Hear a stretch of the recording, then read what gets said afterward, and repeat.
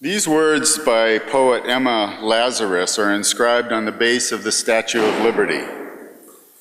Give me your tired and your poor, your huddled masses yearning to breathe free, the wretched refuge of your teeming shore. Send these, the homeless, tempest-tossed, to me.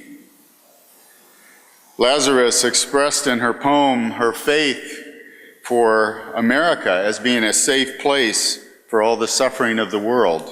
America, a land of immigrants, is always welcoming to strangers and from foreign lands, particularly those in peril, those in distress, as refugees are. It's interesting to me that when you're talking to people from another country and you say to them, well, where are you from? If they're from Germany, they say Germany. If they're from France, they say France. If they're from England, they say England. But in America, when we're asked about our nationality, we always kind of think about where we're from, where our roots are from, where our family was from Ireland, or from Italy, or from Poland, or whatever. So we are all from somewhere else. Americans are all from somewhere else. Except if you were an Indian. You come from somewhere else. So you're a refugee, you're a string of refugee or immigrant from another land. Christians are also pilgrims in this world, and maybe that's why they have a strong stance. The church has a strong stance on immigrants and refugees in our land. The number of refugees that will be coming to America next year, this 2012, will be 78,000. That's how many is approved for asylum here in this country. And the USCCB will take about 45,000 of those, more than half. And the USCCB, of course, you know, is the Catholic bishops of your church, the Catholic Church. And a lot of these people will be coming from Iraq and Sudan and Somalia, the Congo, Cuba. We had some last year come in from China. But most people are coming in from Nepal, which is a small country just east of India, just north of Bhutan, where in Bhutan 20 years ago, in 1993, a new king took over power and made the declaration that if you were not pure Bhutanese, that is, if you had relatives from India or Nepal or some other important country, or if you were not Buddhist, you had to leave. So the army pushed out 100,000 people out of that tiny country overnight. Many of them made it, some of them didn't. These people went to India. India didn't have room for them, couldn't accommodate them. They went over to Nepal. They've been there for, well, since 1993, waiting to go somewhere, living in huts, living in tents. And most of the people coming to our community are from this little country. Our little community of Erie will see about 300 of these people come this year, just like we did last year. That's what will come in through the Catholic Charities down on West 10th Street. We receive families of 3, 5, 10, all different complexions of families come in. And they'll wind up, they'll show up with pretty much nothing more than the clothes they have on their backs. They don't have too much. They have their family and they have a little case with them. When you see them show up at the airport, they have a bag over their neck. It's a little plastic bag and it has some papers in it. Looks like a plastic folder and it has a number on it. That's who they are. NP 1, 2, 3, 4, 5, 6. That's all they have. That's what they bring with them.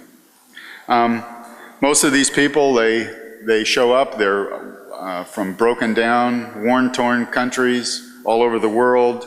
The children are skinny and they're underfed. And they have visions, they can tell you of horrors that, you know, will bring a grown man to cry about what's happened to them and their families if they've escaped for their life from a country. Some have lost family members in the travels. I talked to one family that was all boys. There was a bunch of boys, and I kidded around. I says, well, where's the girls? Don't you have any girls in this family? Any daughters?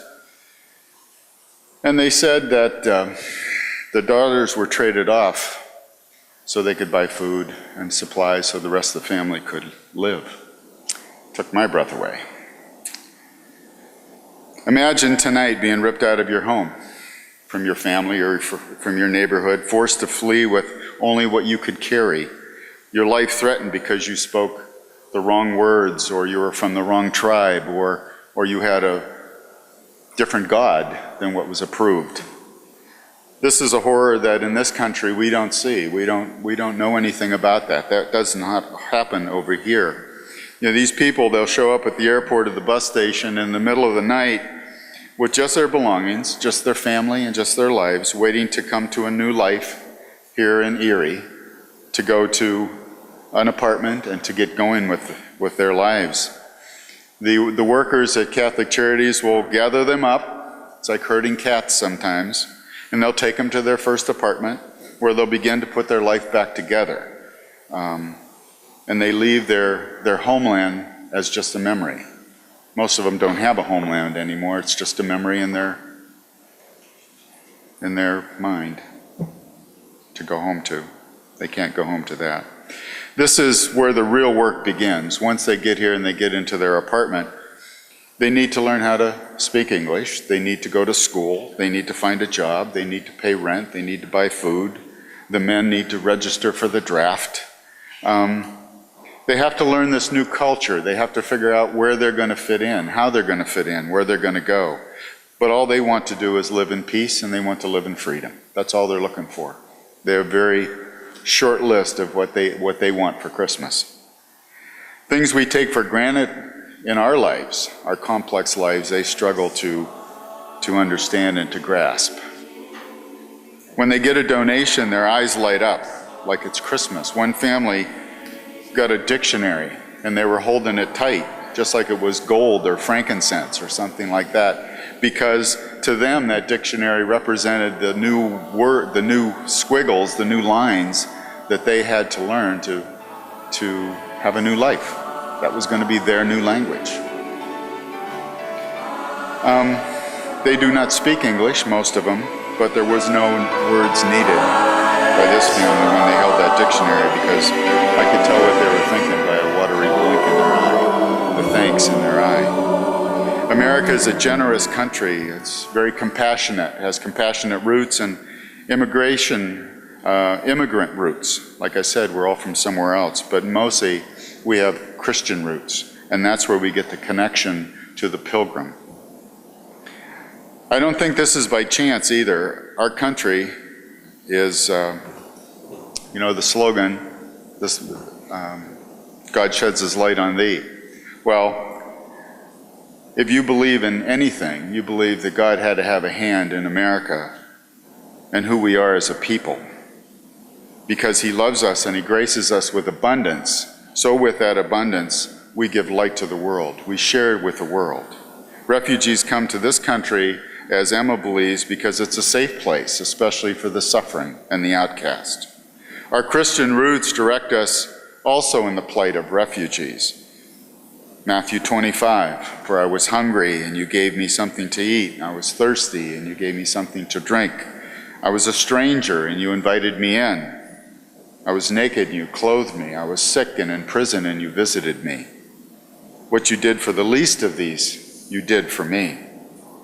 St. Paul, another in the scriptures, was a stranger in a strange land most of his adult life, and he had a very special sensitivity to refugees. Pope John Paul in a homily once said that the plight of refugees is a shameful wound, perhaps the greatest tragedy ever of all human tragedies of our time. The Church accepts our responsibility to intercede and to come to the aid of these refugees in our midst. We are the people who form that church. We are the church. We're not talking about this building or Catholic Charities downtown. The people of the Catholic Church, the Christian church, are you. We are the grassroots. We are the ones that offer the refugees our hospitality and our solidarity and our assistance. As church, we look into the eyes of a smiling young girl from Iraq who just received her first pair of sneakers for her bare feet, because that's how she arrived, or a young woman from Somalia, a widow that has 8 boys and just received 8 used coats. As a church, we look into the eyes of a newly arriving family on a December night, standing in the airport lobby shivering, but so happy to be here that they can't stop giggling. As a church, we look into the eyes of these least ones who suffer, and we see Christ smiling back at us. And there are no other words needed.